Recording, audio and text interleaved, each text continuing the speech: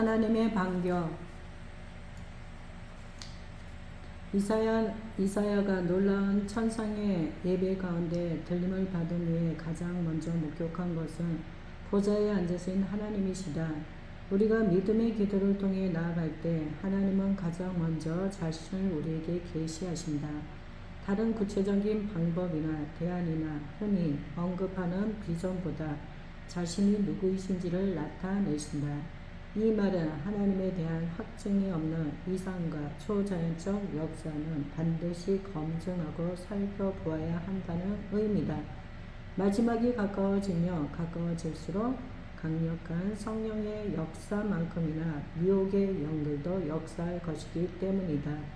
그러므로 하나님을 아는 것이 모든 영적인 체험과 분별의 기초가 되도록 우리는 하나님을 아는 일에 집중해야 한다. 영적인 역사를 체험하였지만 하나님이 누구신지 아직 잘 모르겠다. 이것이 말이 되는가? 그럼 그 많은 영적인 체험을 무엇으로 분별했다는 말인가? 하나님에 대한 나의 성경적인 지식과 체험과 깨달음이 모든 영적인 것들을 분별하는 기준이 되어야 하지 않겠는가? 그래야만 미혹되지 않을 수 있다. 이사야는 천상의 예배 가운데 초월적인 하나님과 실제하신 하나님을 함께 경험한다. 먼저 초월하신 하나님의 모습이다. 우시야 왕이 죽던 해에 내가 본즉 주께서 높이 들린 보좌에 앉으셨는데 그의 옷자락은 성전에 가득하였고 보좌는 그분의 권세를 나타내며 보좌에 앉으셨다는 것은 권세로 통치하시고 다스린다는 의미다. 그리고 그 보좌가 높이 들렸다고 표현한 것은 보좌에 앉으신 하나님의 위엄 또는 초월하심을 나타낸다. 하나님은 모든 것을 초월하신 분으로 가장 높고 위엄 있는 보좌에 앉아 다스리시고 통치하시는 분이시다. 이어서 이사야는 하나님의 옷자락이 성전에 가득하다고 기록하고 있는데 그 의미는 하나님의 임재가 갖는 충만함을 나타낸다. 천국이 왜 아름다운가? 그분의 임재로 가득 차 있기 때문이다. 마찬가지로 우리가 그분의 임재와 영광으로 충만해질 때 사람들은 우리 안에서 하나님의 아름다움을 보고 경험하게 된다. 그래서 무의미하게 중언부언 떠드는 자기중심적인 기도보다 그분의 임재와 영광 안에 머물며 그분으로 충만해지는 시간이 더 유익하다. 성경이 우리에게 늘 하나님의 영으로 충만하도록 도전하는 이유도 그 때문이다. 그때 하나님은 우리를 통해 치유와 회복 그리고 놀라운 영적인 돌파를 나타내시기 때문이다. 다시 이사야서 6장으로 돌아가면 이어서 하나님을 호위하며 예배하는 스라들이 나온다. 그들은 6날개 가운데 2날개로 자기의 얼굴을 가리었다. 감히 초월하시고 거룩하신 하나님을 직접 쳐다볼 수 없음을 의미한다. 죄가 없는 천상의 존재인 천사들조차 하나님을 직접 바라볼 수 없을 만큼 하나님은 거룩하신 분이시다. 그렇다면 우리는 무슨 말이 더 필요한가?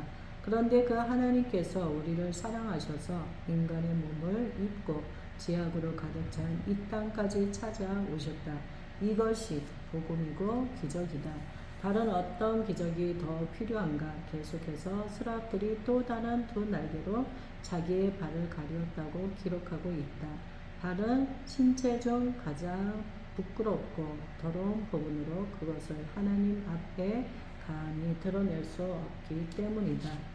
스라들은 마지막 2날개로 날고 있다. 즉 땅의 존재가 아닌 땅을 초월하여 천상을 날아다니는 천사들, 그들이 보좌 위에 계신 하나님을 찬양한다. 서로 불러 이르되 거룩하다 거룩하다 거룩하다. 하나님의 거룩하심은 그분이 절대적인 존재로서 찬양을 받으시기에 합당한 분이시며 동시에 모든 것을 다스리시고 심판하실 수 있는 분이심을 나타낸다. 그분은 거룩하시고 완전하신 기준으로 모든 것을 다스리시고 심판하시는 분이시다. 이것이 하나님의 심판이 완전하며 공의로우신 이유다. 결함이 있는 존재이자 불완전한 우리는 판단의 기준이 될 수 없으며 판단자가 되어서도 안 된다. 세상의 판단과 정의가 끊임없이 문제와 불만들을 일으키는 이유가 여기에 있다. 우리의 유일한 대안은 하나님과 그분의 말씀이 모든 기준과 절대적인 중심이 되는 것이다. 그때 이 땅에 공의와 정의가 회복된다. 그러나 안타깝게도 사람들은 이것을 받아들이지 않는다. 왜냐고? 실상은 공의와 정의를 원하지 않기 때문이고 이것이 죄의 본성이다. 그러나 하나님은 때가 되며 무너진 공의와 정의를 회복하시기 위해 강권적으로 역사하실 것이다. 여기까지가 초월하신 하나님의 모습이다. 그 땅에 그 무엇과도 비교할 수 없는 하늘 높은 보좌에 계시는 거룩하신 하나님, 따라서 그분은 우리의 찬송과 경배를 받으시기에 합당하시며 세상을 심판하실 수 있는 하나님이시다. 뒤이어 스랍들은 거룩한 하늘 보좌에 초월하여 계시는 하나님의 모습만이 아니라 그의 영광이 온 땅까지 충만하신 하나님을 선포하고 있다. 만군의 여호와여, 그의 영광이 온 땅에 충만하도다 하더라. 왜 천사들이 그의 영광이 온 하늘에 충만하도다라고 표현하지 않고 온 땅에 충만하도다라고 선포했을까? 하나님은 거룩하셔서 하늘 높은 보좌 가운데 초월하여 거하시지만 그렇게 초월하여 땅의 일들에 전혀 관여하지 않고 떠나 계신 분이 아니다. 오히려 하나님의 영광과 임재를 온 땅에 충만하게 드러내시고 통치하시고 다스리시는 분이라는 것을 의도적으로 말하고 있다. 누구에게? 지금 이 예배 가운데 초대되어 서 있는 이사야에게 말이다. 왜 그런가? 이사야가 이 사실을 알아야 하기 때문이다. 이사야가 직면한 시대적 상황은 매우 암울하고 두려운 때였다. 왕은 심판받아 죽었고 아수르라는 무서운 강대국이 언제 쳐들어올지 모르는 이때 하나님을 아무리 찾아도 보이지 않아 낭망하고 좌절하고 있는 이사야에게 스랍들이 천둥처럼 선포한다. 그의 영광이 온 땅에 충만하도다. 특별히 스랍들은 이 하나님을 가르쳐 만군의 여호와라고 표현하고 있다. 이사야서 6장 5절에서도 만군의 여호와신 왕이라고 표현한다. 많은 군대를 거느리고 있는 왕이신 전능의 하나님이라는 뜻이다. 이 많은 천상의 군대가 어떤 군대인지는 한 가지 예만 봐도 알 수 있다. 이사야가 이 천상의 예배를 경험한 후 대략 40년이 지난 히스기야 왕 때에 아수르가 대군을 이끌고 남왕국 유다를 쳐들어왔다. 아수르가 랍사게를 보내 하나님을 모욕하며 남왕국 유다를 위협할 때 하나님께서는 천사 하나를 보내어 아수르군 진영에 18만 5천 명을 그 다음날 시체가 되게 하셨다. 이런 천사들을 많이 거느리신 여호와 즉 만군의 여호와께서는 자신의 임재와 영광을 하늘에서만이 아니라 이사야가 살고 있던 남왕국 유다 땅을 비롯한 온 땅에 충만하게 나타내시고 역사하시는 분이다. 어떤 설명이 더 필요한가? 지금 우리 가운데 열려야 하는 계시가 있다면 이사야가 경험한 그대로 하나님이 어떤 분이신지 그리고 그분이 얼마나 대단하고 놀라우신 분인지를 경험하여 깨닫는 계시다. 이론으로 논리로 머리로 아는 것이 아니라 그 하나님을 예배와 기도 가운데 실제로 경험하여 아는 역사가 지금 우리에게 가장 필요하다. 오죽하면 성경의 여호와의 선하심을 맛보아 알지어다 라고 도전하겠는가. 지금 우리에게 이론으로 머리로 하나님에 대한 지식은 많다. 그러나 하나님을 실제로 대면하여 경험으로 아는 하나님에 대한 확증은 상대적으로 너무나 적다. 그 결과 하나님에 대하여 말하는 사람들은 많아도 그 하나님을 위하여 자신의 삶을 던지는 신앙의 실체는 사라지고 있다. 이것이 신앙을 이론과 깨달음만으로 접근하는 사람들의 한계다. 물론 이론과 지식을 통해 하나님을 체계적으로 알아가는 과정들이 전혀 필요 없다는 말은 아니다. 그 이론과 지식은 우리를 하나님의 실제로 인도하는 통로가 되어야 한다. 이론과 지식 자체가 본질이 아니기 때문이다. 의사라면 환자를 치료하기 위한 많은 의학 이론과 지식으로 무장할 필요가 있다. 하지만 그것을 통해 환자를 치료해야만 그 이론과 지식이 실제가 되는 것이다. 실제로 환자를 치료하여 하지도 않는 의학 지식을 어디에 쓰겠는가? 신앙은 실체가 되어야 한다. 실체이신 하나님을 실제인 신앙으로 만날 때 우리의 믿음은 비로소 우리가 사는 현실 세계 안에서 실체가 된다. 지금 세대들의 특징이 무엇인지 아는가? 리얼, 실제를 보여달라는 것이다. 이론이 아니라 진짜 실제로 나타나는 리얼을 보고 싶다는 것이다. 이 요구는 매우 도전적인 동시에 우리에게 놀라운 반전의 기회가 될 수 있다. 왜냐하면 우리 하나님은 리얼이시기 때문이다. 단 우리의 신앙 역시 리얼일 때 그분은 실제로 나타나신다. 하늘의 들림을 받아 놀라운 하나님의 보좌와 천상의 예배를 목격하고 난 다음 이사야는 곧바로 깨닫는다. 아, 이제 죽었구나. 겸손한 표현이 아니라 실제 상황이다. 왜? 죄가 없는 천상의 스락들도 감히 자신의 얼굴을 드러내어 쳐다볼 수 없는 만군의 여호와를 이사야 자신이 대면하여 보았기 때문이다. 아마 그 앞에서 비명조차 지르지 못하고 소멸될 자신의 모습을 깨달았을 것이다. 만약 하나님께서 그분의 영광을 우리에게 조금이나마 거칠게 나타내신다면 과연 우리 중 몇 명이나 버틸 수 있을까? 물론 그런 시험은 해보지 않는 것이 나을 것이다. 하나님의 임재와 영광이 나타나면 우리가 그 앞에 감사와 기쁨과 할렐루야 하기 전에 자신이 얼마나 큰 죄인인지를 통렬하게 깨닫는 사건이 반드시 선행된다. 이 과정 없이 그냥 좋기만 하고 기름 부음이 넘치고 은혜가 있다는 것은 아직 들어보지 않았을 가능성이 높다. 임재가 충만한 지성소가 아니라 성전 마당에서 감동받고 호들갑을 떠는 것과 같다. 그러므로 우리는 더 깊이 들어갈 수 있도록 사모하고 구해야 한다.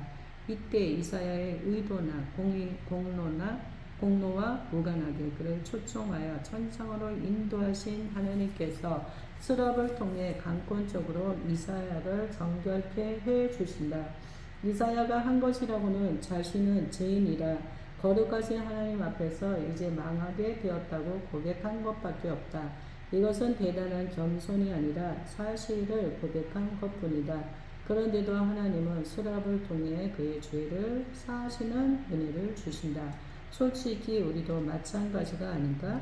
예수 그리스도의 복음 앞에서 우리가 죄인임을 깨닫고 그 죄로 인하여 마땅히 죽어야 할 자임을 고백할 때 긍휼하신 하나님께서 은혜의 법을 통해 우리를 죄와 사망의 법에서 자유케 해 주셨다. 그뿐 아니라 우리를 의롭다 하신 하나님이 우리를 자신의 자녀 삼아 주시고 천국을 유업으로 주셨다. 하나님의 전적인 은혜가 아닐 수 없다. 그 결과 죄인에서 의인으로 영원히 멸망할 자에게 영원히 살 수 있는 자로 땅에 썩을 것을 쫓아 살다가 멸망할 자에게서 하늘의 영생과 영원한 상급을 위해 사는 자가 되었다. 그러나 이사야는 더 충격적인 반전을 경험한다. 방금 자신의 죄를 사하여 주신 하나님께서 이번에는 곧바로 자신을 그분의 동력자로 초청해 주신 것이다. 아니 죄사함 받은 지가 언제라고. 그래도 사람에게 무슨 일을 맡기려면 기본적인 점검이라도 해야 하지 않나? 어떻게 이렇게 막 부를 수 있지? 그러나 이것이 하나님의 방법이다. 사실 이것을 위하여 하나님께서 이사야를 천상의 예배로 부르신 것이다. 아마 하나님도 꽤 급하신 듯하다. 이런 하나님의 인도하신과는 달리 우리는 할 수만 있으며 구원과 헌신을 구별하려 한다. 그러나 하나님은 이 두 가지를 한 묶음으로 주셨다. 구원은 은혜의 선물로 여기면서도 헌신은 많은 대가를 지불해야 하는 부담으로 여기는 우리와 달리 하나님은 헌신의 초청 또한 우리에게 선물로 주셨다. 왜 그런가? 한번 생각해보라. 나에게 무슨 자격이 있다고 내가 무엇이 준비되었다고 하나님께서 초청하여 쓰시겠는가? 우리는 아직도 헌신은 고생을 많이 해야 하는 의무라고 생각하는 잘못된 선입견을 가지고 있다. 그러나 다른 관점에서 보면 헌신은 하나님의 놀라운 역사에 동참할 수 있는 특권이다. 특별한 사람에게 부여하시는 권리이다. 내가 뭐가 특별하다고 이 권리를 주시겠는가? 이 또한 전적인 하나님의 은혜다. 하나님은 이 특권으로 우리를 인도하시기 위해 가끔 생각지도 못할 역사를 경험하게 하신다.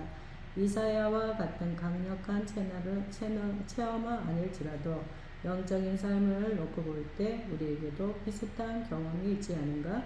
그러니 초월하시고 실제가 되시는 하나님에 대한 놀라운 은혜를 경험할 때 그분의 궁극적인 목적도 놓치지 않아야 한다. 그런데 안타깝게도 우리는 두 가지로 치우치는 경향이 있다. 영적인 실체에 대한 경험 없이 그저 의지적으로 주님을 위해 헌신해야 한다는 식의 메마른 신앙도 조심해야 한다. 이런 신앙은 자칫 경건의 모양만 좇는 형식주의나 종교주의에 빠지기 쉽고 믿음 생활도 삭막해질 가능성이 크다. 반대로 영적인 체험만 있고 그것을 허락하시는 하나님의 궁극적인 목적을 놓쳐버리는 것 또한 위험하다. 이 경우에 신비주의나 영적 탐닉에 빠지게 된다. 이런 부류를 일명 신부 대기실 영성이라고 부르는데 근본적으로 이런 부류의 사람들은 은혜와 역사가 일어나는 현장에서 절대 나오지 않으며 하나님이 보내시려는 현실을 예면하거나 도피하는 신앙으로 전락하기 쉽다.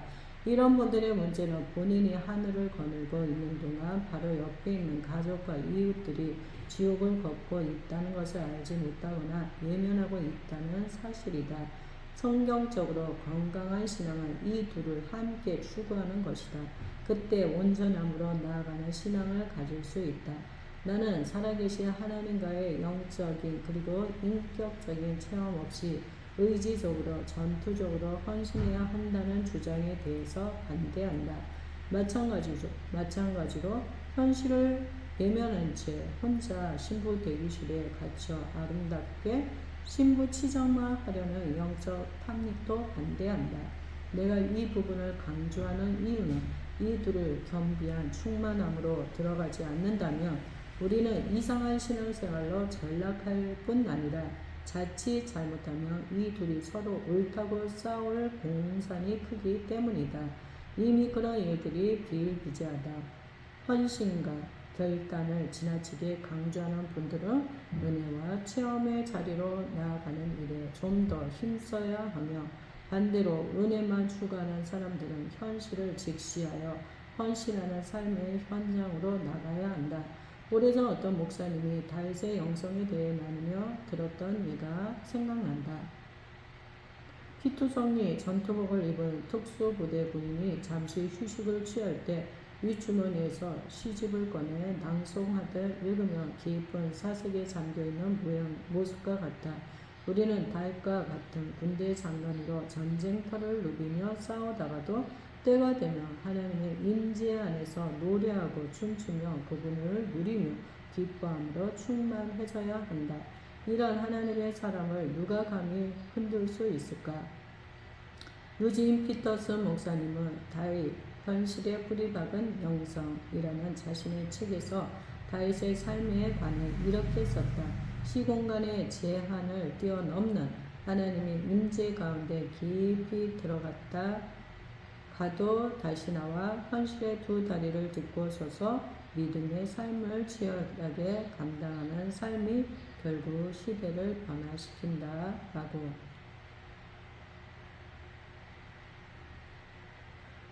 할렐루야. 이사야는 하나님의 놀라운 초청 앞에 대답한다.